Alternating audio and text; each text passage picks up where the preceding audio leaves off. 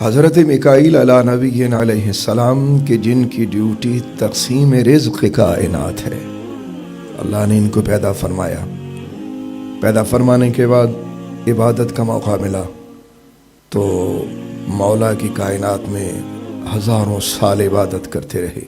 ایک دن عرض کیا، میرے مولا میں چاہتا ہوں میں طویل عبادت کروں، لیکن طویل عبادت جب میں کروں تو مجھے کوئی ڈسٹرب نہ کرے، کوئی ذمہ داری میں قبول نہیں کرنا چاہتا ان دنوں میں، تیری عطا چاہتا ہوں، صرف تیری عبادت کرنا چاہتا ہوں۔ اجازت ملی، لاکھوں سال حضرت میکائیل علیہ السلام نے عبادت کی، اور جب عبادت مکمل ہو گئی، عبادت کی تکمیل کے بعد حضرت میکائیل علیہ السلام نے سر اٹھایا اور سر اٹھا کے عرض کی کہ بار الہ میری عبادت قبول فرما لیں۔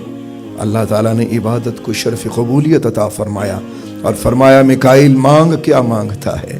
حضرت میکائیل علیہ السلام نے عرض کی کہ میرے اللہ، میں نے تیری سلطنت میں چلتے پھرتے دیگر فرشتوں سے کچھ سنا ہے۔ فرمایا میکائیل کیا سنا ہے؟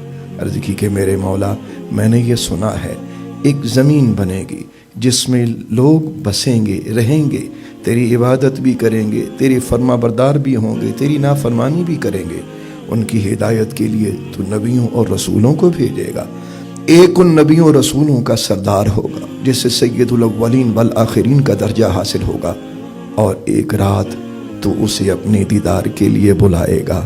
میرے اللہ، اگر تو نے میری عبادت کو قبول فرمایا تو چونکہ تو نے فرمایا ہے کہ مانگ کیا مانگتا ہے، اور تیری عادت میں جانتا ہوں کہ جب تو وعدہ فرما لیتا ہے اپنے وعدے کے خلاف نہیں جاتا، تو میرے اللہ میں اس رات کے جس رات تیری ان سے ملاقات ہے، صرف ملاقات کا تھوڑا سا وقت چاہتا ہوں، مجھے اس رات تھوڑی سی ملاقات کا موقع دے دے۔ اللہ اکبر۔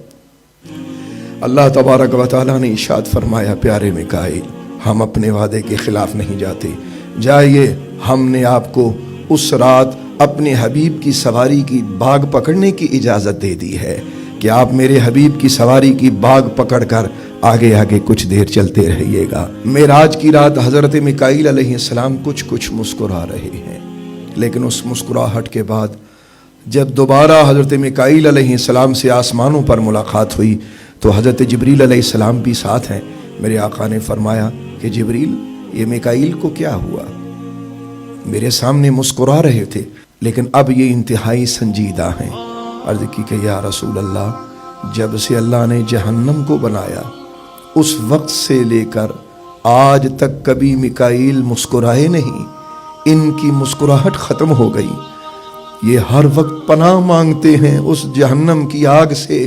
یہ کہتے ہیں یا اللہ، تو نے عزازیل کو اس میں پھینکنے کا ارادہ کر لیا ہے، کہیں مجھے اس میں نہ پھینک دینا۔ اللہ اکبر۔ تو تھوڑی دیر کے لیے مسکراہٹ آئی تھی، جتنی دیر آپ کی خدمت میں رہے ہیں یا رسول اللہ یہ مسکراتے رہے ہیں، اور اس کے بعد اب پھر یہ اسی طرح ہو گئے۔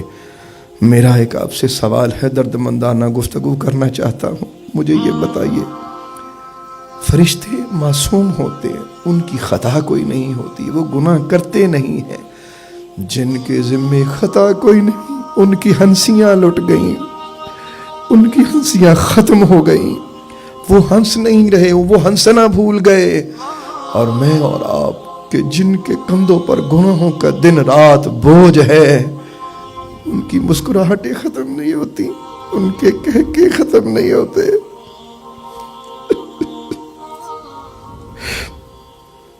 ہم کس طرف چل پڑے ہیں؟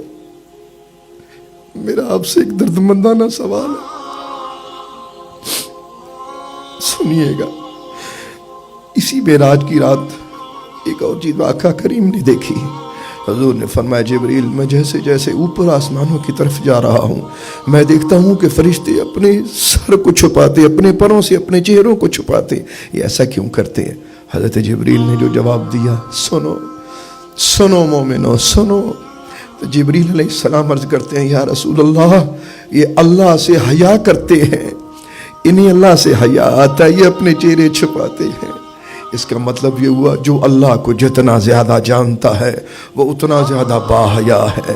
اسی لیے قرآن کریم میں میرے مالک نے فرمایا انما یخشی اللہ من عبادہ العلماء، کہ اللہ سے علماء ہی ڈرتے ہیں.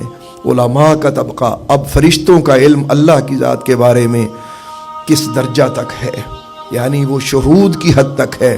لہٰذا جتنے وہ اللہ تعالیٰ کو جانتے ہیں اتنے اللہ سے وہ اتنا ہی زیادہ وہ اپنے اللہ تبارک و تعالیٰ سے شرم اور عار محسوس کرتے ہیں. ایک ہم ہیں کہ گناہوں سے لدے ہوئے ہیں. میں ایک مثال دینا چاہتا ہوں. بچہ گھر سے جب باہر جائے نا تو شام کو جب لیٹ آئے، آپ کو پتہ ہے گھر سے ڈانٹ پڑتی ہے، اسے گھر میں قبول کر لیا جاتا ہے. میرا اور تیرا گھر قبر ہے، زندگی کی شام ہونے والی ہے. ایسا نہ ہو کہ جس طرح لیٹ آنے والے بچے کو مار پڑتی ہے، پٹائی ہوتی ہے، ایسا نہ ہو کہ زندگی کی شام ہو جائے اور اس قبر تک جاتے جاتے اور بعد میں پھر ہمیں مار پڑے.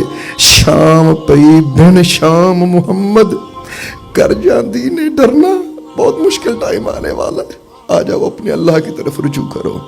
توبو الی اللہ، آؤ اپنے اللہ کی طرف رجوع کر لو.